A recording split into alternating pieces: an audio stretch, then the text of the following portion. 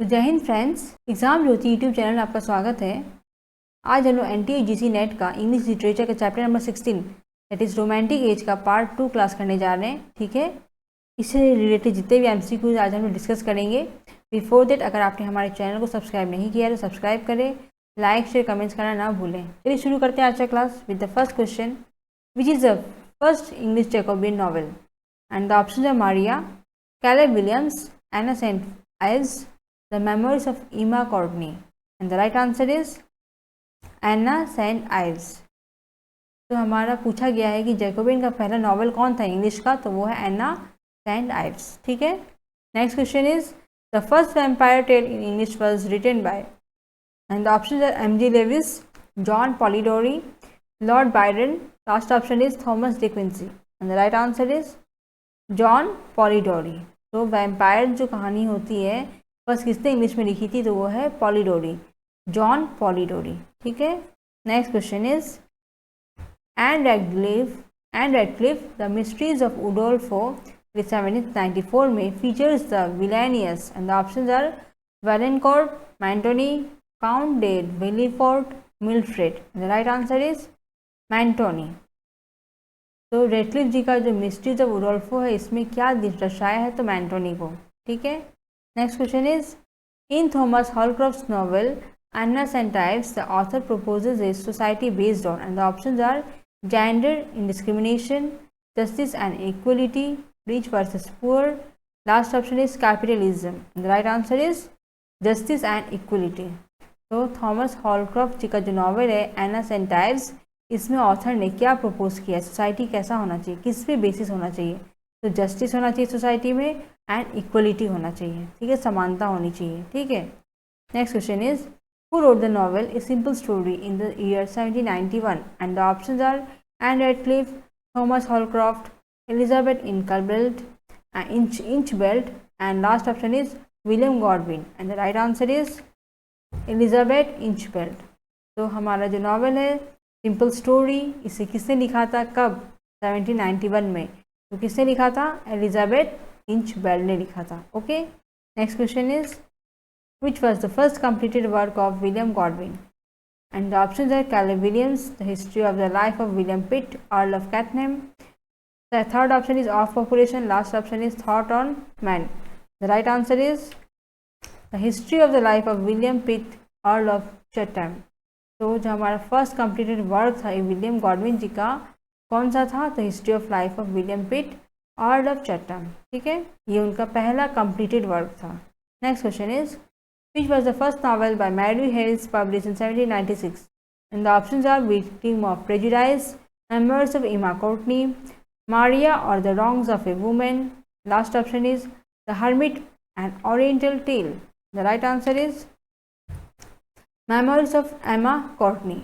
तो जो पहला नॉवल है मैरी हैरिस जी के द्वारा, वो पब्लिश हुआ 1796 में। तो कौन सा था नॉवल, तो मेमोइर्स ऑफ एमा कोर्टनी था, जो कि मैरी हैरिस जी का पहला नॉवल था। ठीक है, next question is identify Fanny Burney's first novel, and the option है Camilla, Evelina, Cecilia, Belinda. The right answer is Evelina. तो फैनी बर्नीज जी का पहला नॉवल कौन सा था, तो वो था एवेलिना। ठीक है, next question is which work of Edgeworth satirises upper middle class Anglo-Irish landlords and their overall mismanagement of estates they owned, and the options are Belinda, Leonora, Castle Rackrent, the Absentee, and the right answer is Castle Rackrent।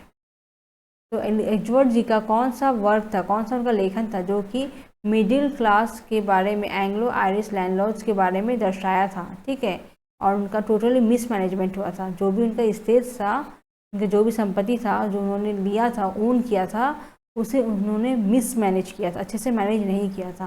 तो वो कौन से में उन्होंने ऐसे दर्शाया था, तो वो है कैसल रैकरेंट। ठीक है, next question is which novel by Fanny Burney was about an unsure young girl and her social development. The options are The Wanderer, Amelia, The History of a Young Lady's Entrance into the World, Cecilia. The right answer is Cecilia। तो वो कौन सा novel था जो कि बर्नी जी ने लिखा था, फैनी बर्नी, जिसमें एक अनश्योर यंग गर्ल के बारे में था, जो कि श्योर नहीं है। ठीक है, एंड हर सोशल डेवलपमेंट, तो सोशल डेवलपमेंट के बारे में उसमें दर्शाया था। तो कौन सा है? सेसिलिया। इसमें एक अनश्योर यंग गर्ल थी और उसका सोशल डेवलपमेंट के बारे में अच्छे से दर्शाया गया है, ठीक है। And it is written by Fanny Burney. Okay, next question is young Fanny Burney was fond of composing what from an early age, and the options are plays, songs, odes and poems, all of this. The right answer is all of this. फैनी बर्नी जो थे वो किस type का compose करते थे, लिखते थे? तो ऑल ऑफ दिस, प्लेस भी लिखते थे, सॉन्ग्स भी लिखते थे, ऑर्स एंड पोएम्स भी लिखते थे, ठीक है। तो सारे के सारे ही वो लिखते थे। Next question is in the romantic age only there was the partial eclipse of 40 years in novel writing between Gothic and Jacobean novels and novels of late 18th century writers such as Jane Austen and Walter Scott. What was the possible reason? And the options are paper was expensive, poetry form was preferred by publishers, both A and B, none of the above. The right answer is both A and B.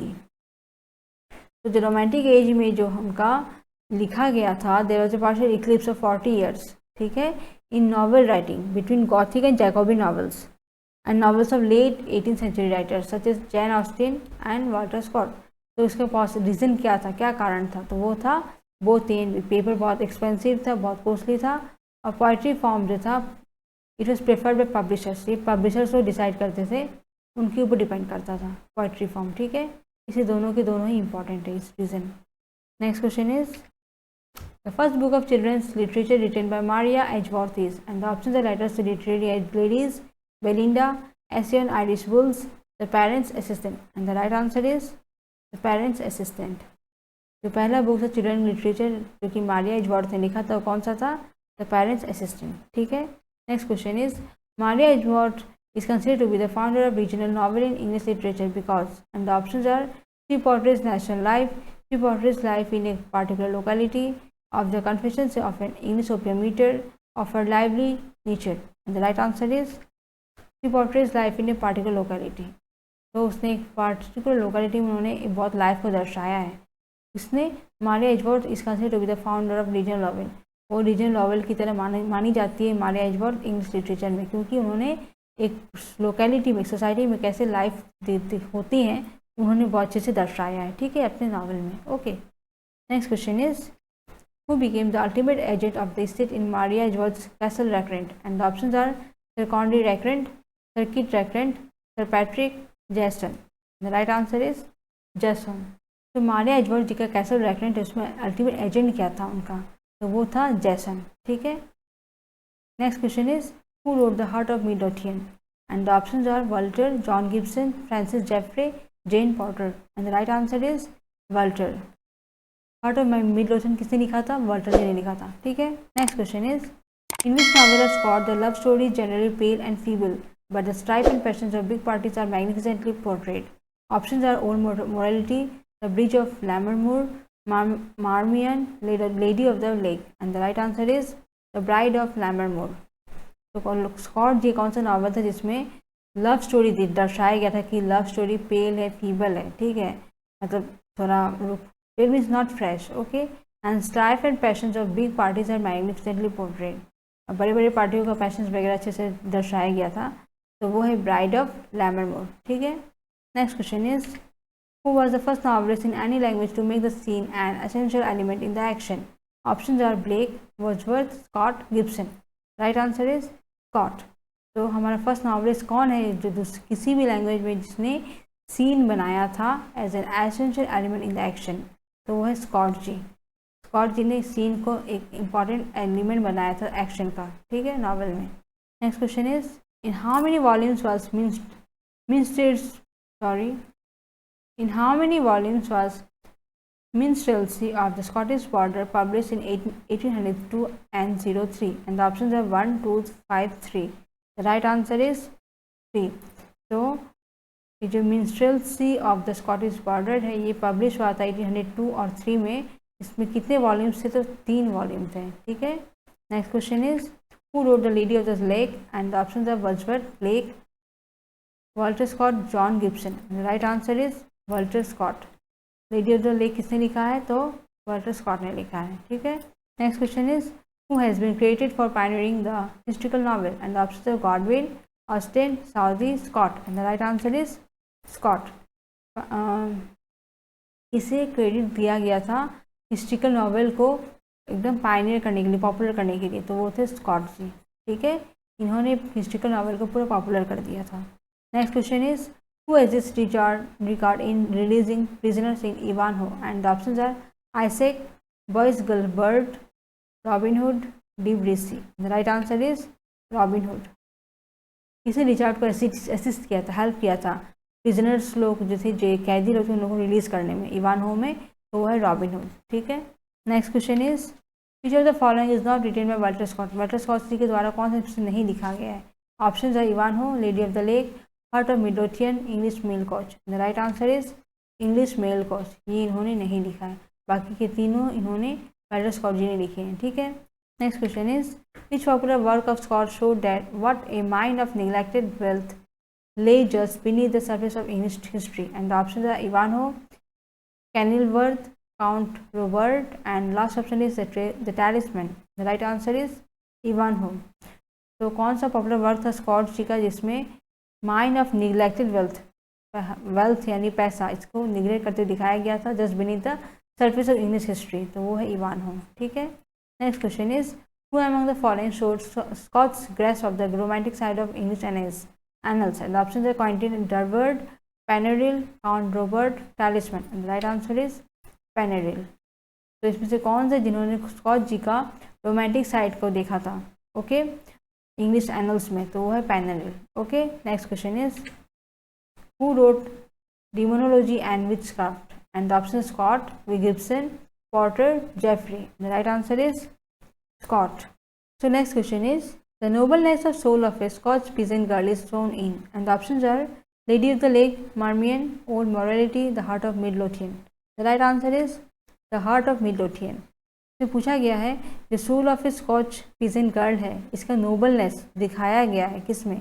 Heart of Midlothian में। ठीक है, next question is who mark the contrast to extravagant stories with a charming descriptions of everyday life? And the options are Jane Austen, Maria Edgeworth, Mrs. Anne Radcliffe, Walter Scott. And the right answer is Jane Austen.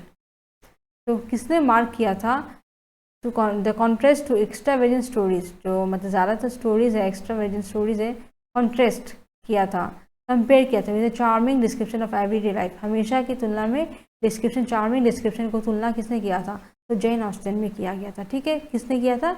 Jane Austen ने किया था। Okay, next question is The year 1814 is significant for two authors in Elizabethan age. Identify the correct phrase below. And the options are for publication of Austen's Emma and Mary Shelley's Frankenstein. Second option is for publication of Keats and Scott's Ivanhoe. Third option is for publication of Austen's Mansfield Park and Scott's Waverley. Last option is for publication of Shelley's Zastrossi and Coleridge's Kubla Khan. And the right answer is for publication of Austen's Mansfield Park and Scott's Waverley. तो 1814 क्यों इतना यादगार है Elizabethan age में? क्योंकि उसमें Austin जी का Mansfield park का पब्लिकेशन हुआ था और स्कॉट्स जी का वेवरली भी। Okay, next question is which novel by John Austen features the character of sir Walter Elliot? And the options are Mansfield Park, Northanger Abbey, Persuasion, Sense and Sensibility. The right answer is Persuasion. तो कौन सा novel था John Austin जी का इसमें Walter Elliot के बारे में feature किया था, कैरेक्टर दिखाया गया था, तो वो है परस्यूजन में। ठीक है, तो ये आज का हमारे वीडियो का लास्ट क्वेश्चन था। आशा करते हैं आपको हमारा वीडियो पसंद आया होगा। अगर वीडियो पसंद आया है तो सब्सक्राइब करिए, अगर नहीं किया है लाइक शेयर कमेंट करना ना भूलिए। थैंक यू, जय हिंद।